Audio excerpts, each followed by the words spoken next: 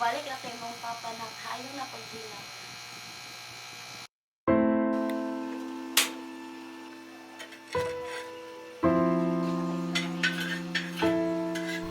In a world where love and strength was used to build to be the foundation of a home, where the love of family once lived, but now torn by fate's cruel hand, what will happen if the people who were supposed to nurture and protect you decided to disappear, living in the responsibilities of molding and raising your younger siblings? How will you carry the weight of becoming the mother and the father, where you were also a child that needed to be showered with love? Will I ever make it? Where do I start? Am I ready for this?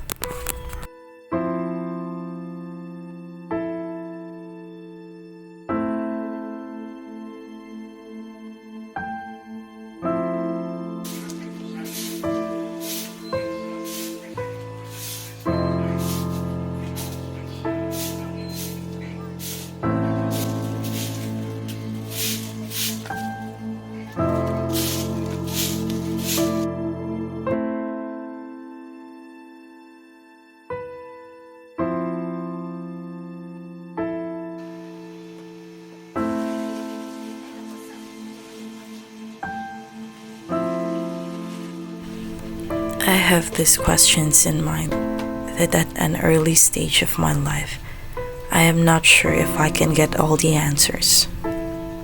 Where do I even start? How do you become a parent? Where will I get the money to support my needs and my sisters? How do I discipline them? How can I protect them from the pain that our parents left us? How about my dreams? Let's see where this goes.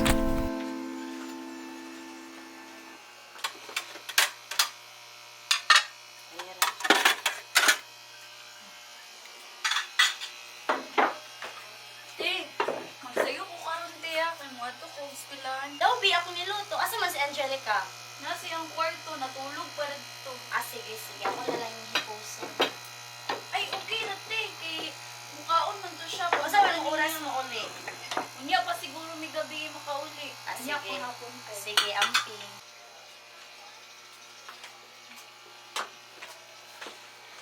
Pag-amping mo ha.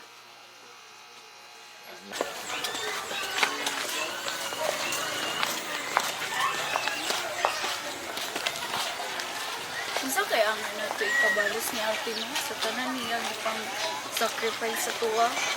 Like sa iyong pag-eskwela. Kailangan dyan na ito nga maningkamot ang espiritu.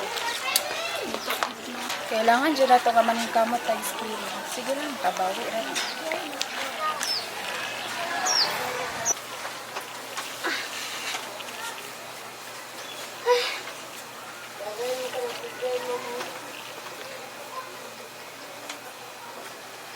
Kapuyag eskwela oy.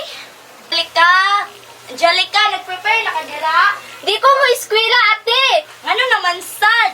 Kapoy. Usa man ni imong kwarto nga grabe naman kay kagubot. Dili man ako ana. Nag-inom man si ate kagabi eh. Di jud ka gahuna sa akong mga sakripisyo, Angela. Unsa Oni mong grado, Angelica? Unsa man ni gaskwela pa ka wala? Kay eskwela. Kaskwela ko ate. Wala ka gahuna sa akong mga sakripisyo, di ka moawat sa imong mga igsuon?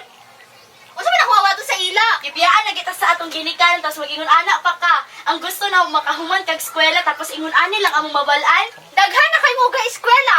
Oh, unsa kong buhaton? Ayaw na. Matulog na ko ma. Matulog na ko te.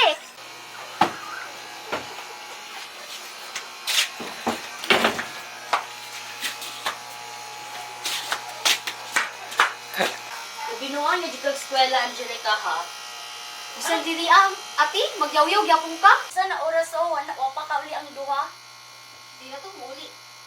Anong dili mo ka moawat sa imong duha ka magulang, Angelica, gatarong eskwela, dili ba nimo gakauna ng among mga sakripisyo para sa imo aha? Sige kag compare sa akong mga igsuon ati.